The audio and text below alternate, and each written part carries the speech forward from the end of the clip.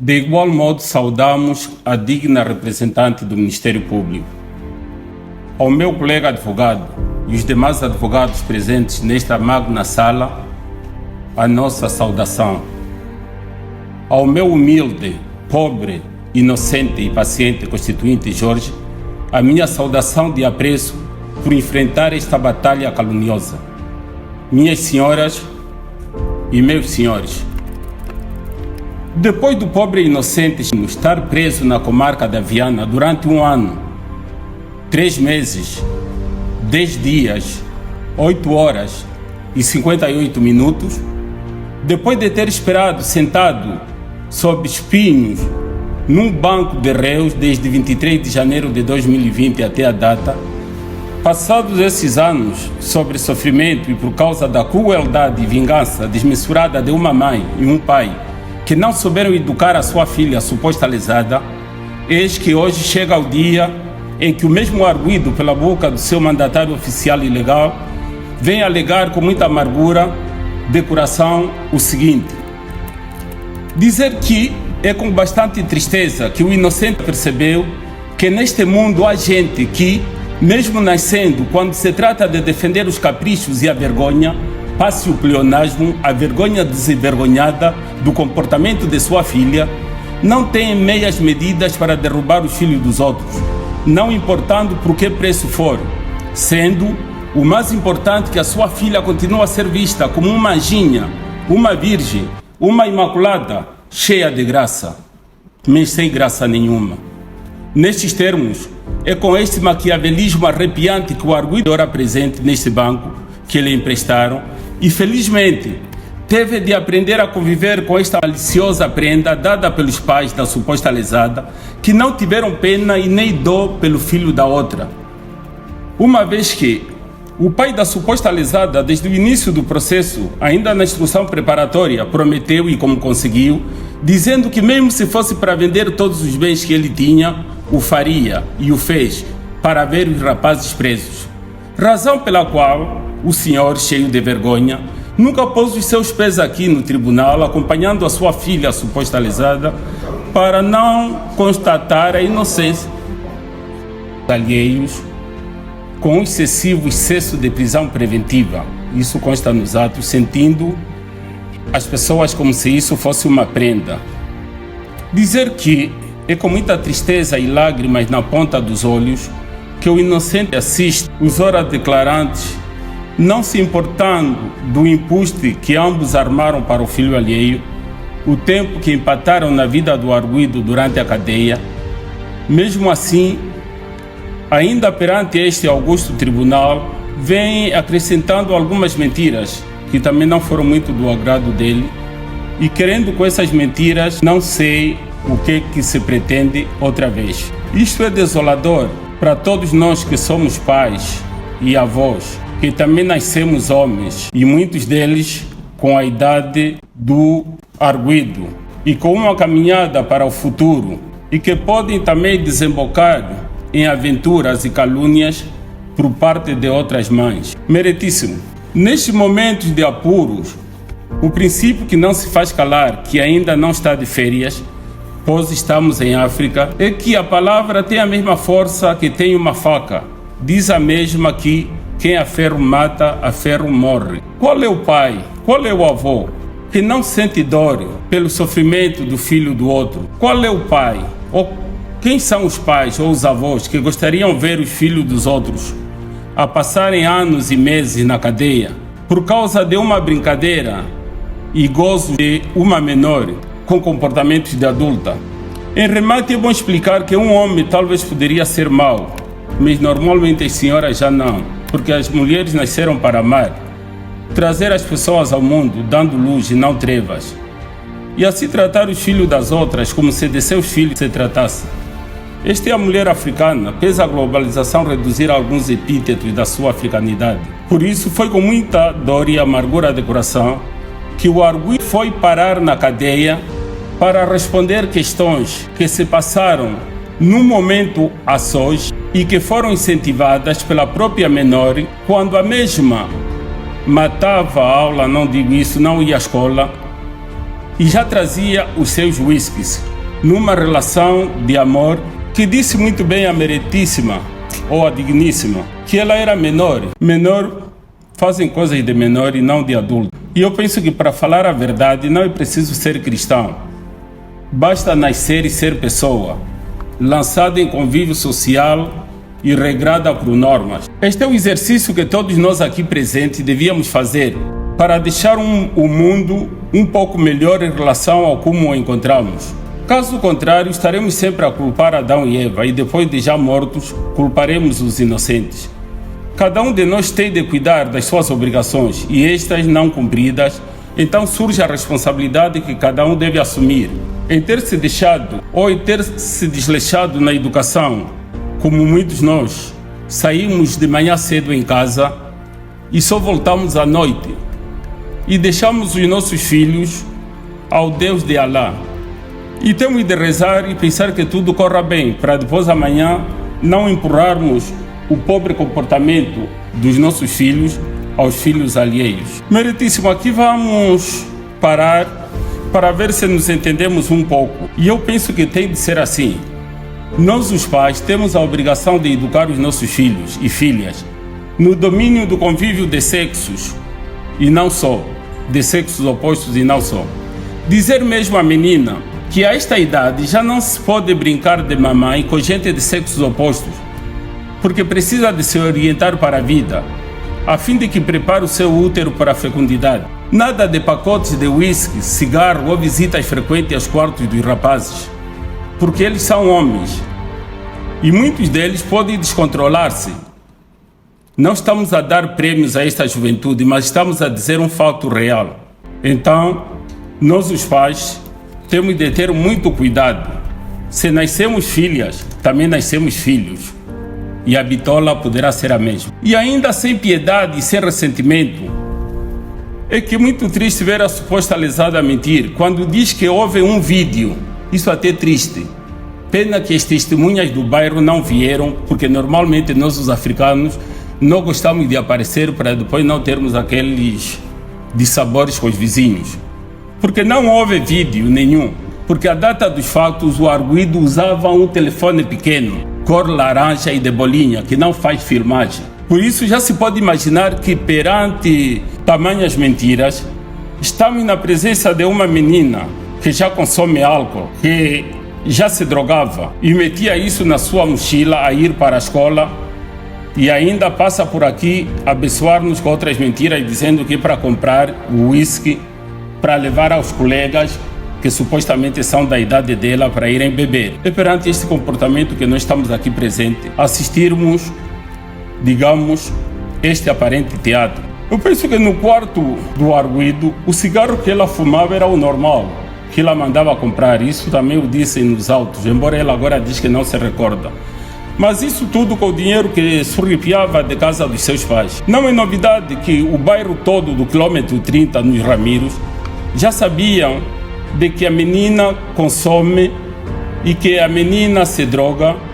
Todos sabiam, menos a mãe, que diz não ter sabido. Mas isso não nos espanta, porque mesmo ouvindo que até a idade não é acertada, quando a filha tem 14 anos e nós viemos dizer 13, não se sabe qual é a mensagem que nós queremos fazer passar diante deste douto tribunal. Dizer também que a suposta lesada, de tanto se drogar, não sei como alguém presente teria acreditado piamente das suas palavras quando ela diz que foi filmada e depois ela posta no quarto, e assim também diziam os declarantes. E pensamos que pronto, o Ministério Público também faz o seu papel, fiscalizador da legalidade, mas o que eu tenho visto nos últimos tempos é a não sequência do próprio processo. E depois, às vezes, me parece que algumas coisas também podem nos passar despercebidas. Isso é normal. Porque os autos são muito claros. E o próprio provérbio que diz em latim, e vou ter já a gentileza de traduzi-lo em português, diz que o que não existe nos autos não existe no mundo do direito. Significa dizer que, ao contrário ao senso, tudo aquilo que existe nos autos, então existe no mundo do direito e deve ser trazido aqui para a produção das provas. E depois, nós pegamos numa pessoa menor de idade, se os mais velhos, que são mais velhos, quando se drogam, já vemos o comportamento deles. Quando mais uma menor, quando se droga, seria tipo um maluco, passe a analogia. E o provérbio latino também diz, furioso não contrair negócio podes. Quer dizer, o maluco não pode fazer negócios. O drogado também não pode fazer negócios. Significa dizer que não posso acreditar das suas palavras piamente como se tudo que dissesse fosse verdade. E até inventar um vídeo que nunca existiu. Eu não sei como é que teríamos acreditado. Eu pessoalmente acredito nas pessoas, mas quando estão sãs. Mesmo os meus amigos, quando bebem, me fazem promessa. Eu já sei que aquelas circunstâncias têm as suas atenuantes. Desta arte dizer que não é a cadeia dos filhos dos outros que vai educar a vida sexual da suposta lesada. Pois diz o provérbio da minha terra, o que dói não é a pedra que tropeçamos pelo caminho, mas sim a pedrinha que levamos dentro do sapato. A lesada tem a sua fama, já vinha com os seus vícios. Pobremente, os coitadinhos caíram como outros caíram que não foram arrolados no processo por terem estado mais próximos dos pais e terem sido considerados como os filhinhos de casa.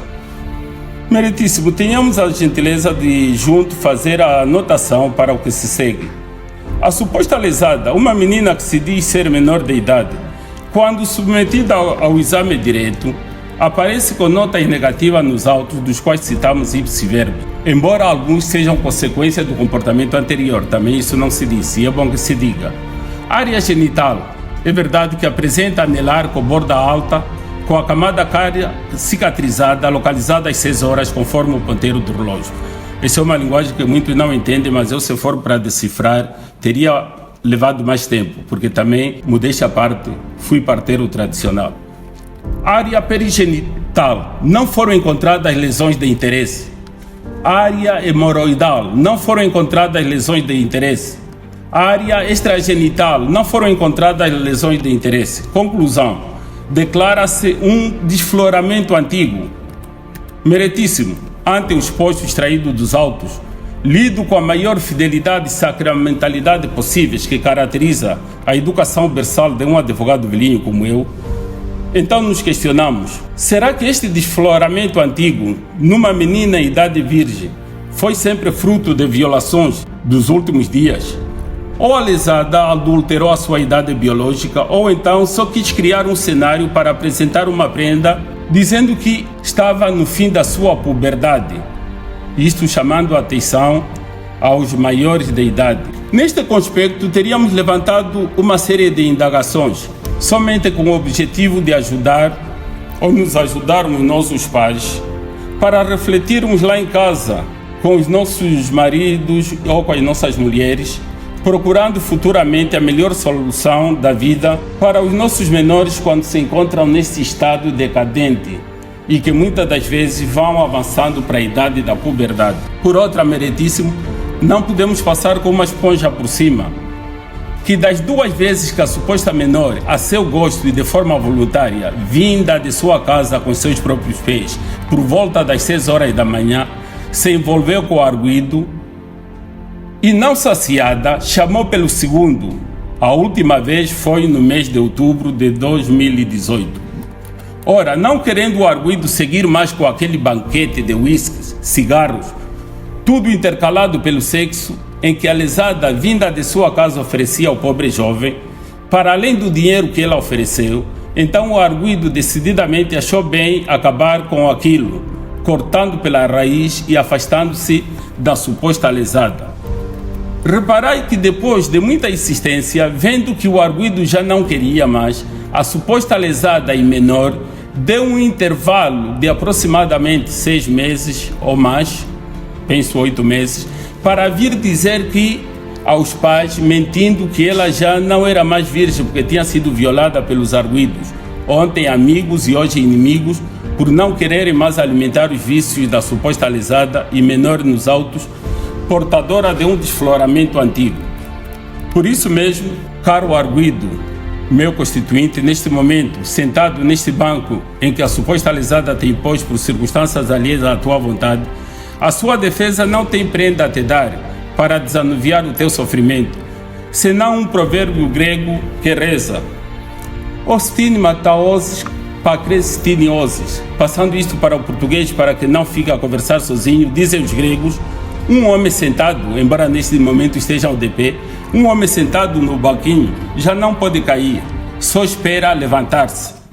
Parafraseando isto, digamos, aí onde estás sentado, neste banco de réus, só esperas levantar-te e benditamente o tribunal dizer: estás absolvido, porque a falha não foi sua. Isso é como se diz: quando há um problema, temos também de ver qual é a nossa meia-culpa. Não tudo que o problema são os outros. Quando há um problema é porque cada uma das partes, com maior ou menor intensidade, tem a sua ou deve fazer a sua meia-culpa.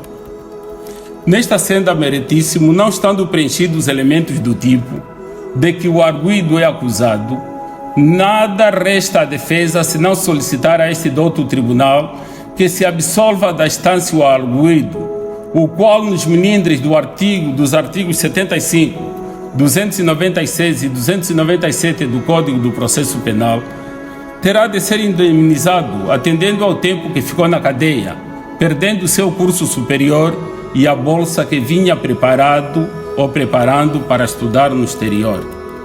Assim sendo, não resta senão dizer que a justiça faz-se mensurando na sua proporcionalidade, o que passa no original no dizer de Aristóteles, citado por Ulpianos: justiça, este consta et perpetua voluntas sumo quinque atribui. Isto é, a justiça é a constante e perpétua vontade de atribuir a cada um o que é seu. Por isso atribuamos ao pobre inocente a sua liberdade e, consequentemente, pelo tempo excessivo em que esteve preso e perdeu várias oportunidades, que a família da suposta lesada indemnize o arguido numa quantia não inferior a 2 milhões de kwanzas. Caso não faça, fazemos recordar, dizemos-lo em bom tom e viva voz, que nós estamos em África e a África tem o costume. E esse costume é aquilo que nós dissemos: quem a ferro mata, a ferro morre, ainda que passe alguns anos, porque nenhuma mãe gostaria de ver a vida do seu filho ser impedida ou mudada por causa da brincadeira de uma suposta inocente brincando de mais velha. Obrigado pela vossa prestimosa atenção, meritíssimo, e é tudo que nós tínhamos a dizer a favor da liberdade do nosso Constituinte. Obrigado.